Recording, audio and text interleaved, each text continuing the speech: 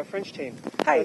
Celine has been flying in club class, and she's had 2 fantastic day wins so far, as well as a difficult day the other day. But first of all, in these windy conditions today, can you tell me on the 5th of January, on day 2, you had your first day win, and what can you remember about that flight? Yeah, I was flying with Joe Davis, and the conditions were quite, well, it was strong but heterogeneous, and sometimes it became weak, and we had to go low, and so she put a really good rhythm with the flight, and I tried to follow, and when it was weak, she was slowing down, and I was catching up with her, and I was trying to help to find the thermals, and we came back from very low several times, and I was happy I could help. But she's really good, she's really fast. Okay, so you had both kind of lost your teammates at that time. Yeah, I had lost my teammates on the start line because she was low and Joe went, and I was like, yeah, I should go too because it's going to be late, and it was the good time to go, and so I had to leave her. Yeah, and she went later, but she couldn't find the thermals I told her I got, so it was a bit different 15 minutes later. Yeah, okay, so you had a very good day that day. Then a few days later on the 9th of January, you had another day win. Yeah. And how was that flight? Yeah, it was AAT. It was very different. Also heterogeneous. You need to change the rhythm really often, and you're going quicker and slower, and it's always like this. And you need to change what you do right now, seeing what you have in front of you, and so it's very hard. You need to adapt to the future, and it's really hard. Yeah. So it's different from the type of flying that you've been doing. Yeah, exactly. When I fly in France, it's really flat, and it's quite the same in the area. Well, it doesn't change as quickly as here. Yeah. Yeah, and lower cloud bases and thermals closer together. Of course. Yes. Yeah. Yeah, and where is your club in France?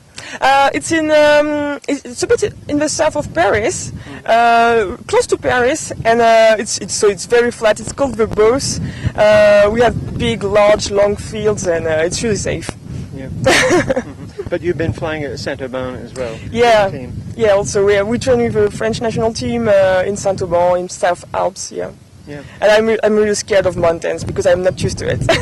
I go to fly in the South Alps, but it's a week sometimes. But I'm not used to it. Okay, and this is your first Women's World Flying Championship. Yes, it is.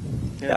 And what other? You fly a lot of competitions in France as well? I've been practicing competitions for now 5 years, but only nationals, juniors, but now I'm too old. It's over. Yeah, women nationals and general nationals, with boys. And other competitions in Europe, in Germany, and Poland? Not yet, no. Not yet, but I'm looking for maybe German competitions. It looks really good. Yeah, okay. Everybody says that you should go. Well, you're doing very well considering that you're now. The last day, a couple of days ago, we had a very difficult task, which was somewhat overset, and everybody landed out. And how did that flight go for you? Well, I don't know if I should say that, but I like that kind of task when you need to go the further you can, and because you never know how it's going to happen and where you're going to end up, and I like it, even if it's hard, and I know we all got in the field and it can be dangerous, so it's not nice, but I like the fact that you really don't know what's going to happen, and it's really gliding. Yeah. So you just kept going until you ran out of... Yeah, it's like fighting really hard, and it's not really optimization, it's more like fighting and surviving, and I like it a bit. Yeah. And how did the land out go?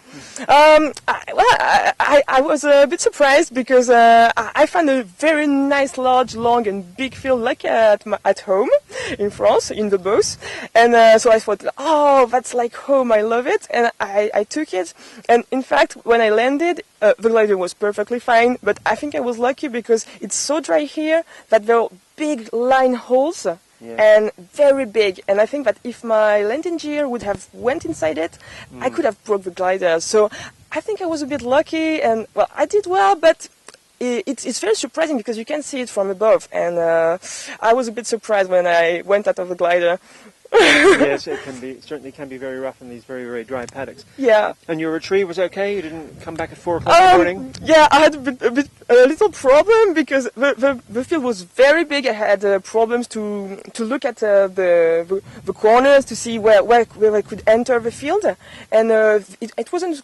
It was quite close from here, so my crew came quite early. It was only 1 hour drive. And we couldn't find the entry of the field because there was like fences all around, and it was dark, and I couldn't see anything. So we had to come back the next day. Yeah. The next day. Well, welcome to landing out in a big paddock in Australia. Yeah. And we have a task we set hope today. It might be affected by smoke, so we're waiting till 11 o'clock till we find out what the task is going to be. Yeah. So have a great day, and hope you have another day win. Yeah. Thank you very much. That's kind. You, Thanks.